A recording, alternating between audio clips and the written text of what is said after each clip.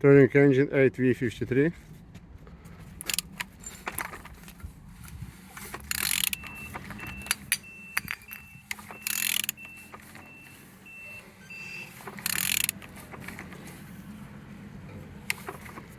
All turning good, all compression complete.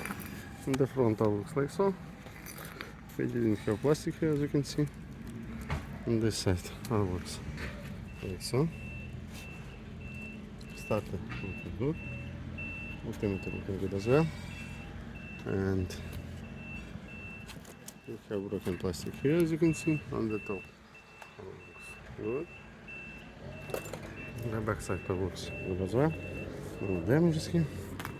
On this side all looks nice. No damage, no broken. Oil sun is in good condition. Underneath I didn't see any damages. Turning engine 8V53. Thank you.